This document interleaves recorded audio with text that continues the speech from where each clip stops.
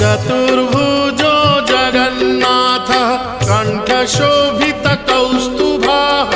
पद्मनाभो देवगर्भश्चन्द्रसूर्यविलोकनः जगन्नाथो लोकनाथो नीलाद्रीशः परो हरिः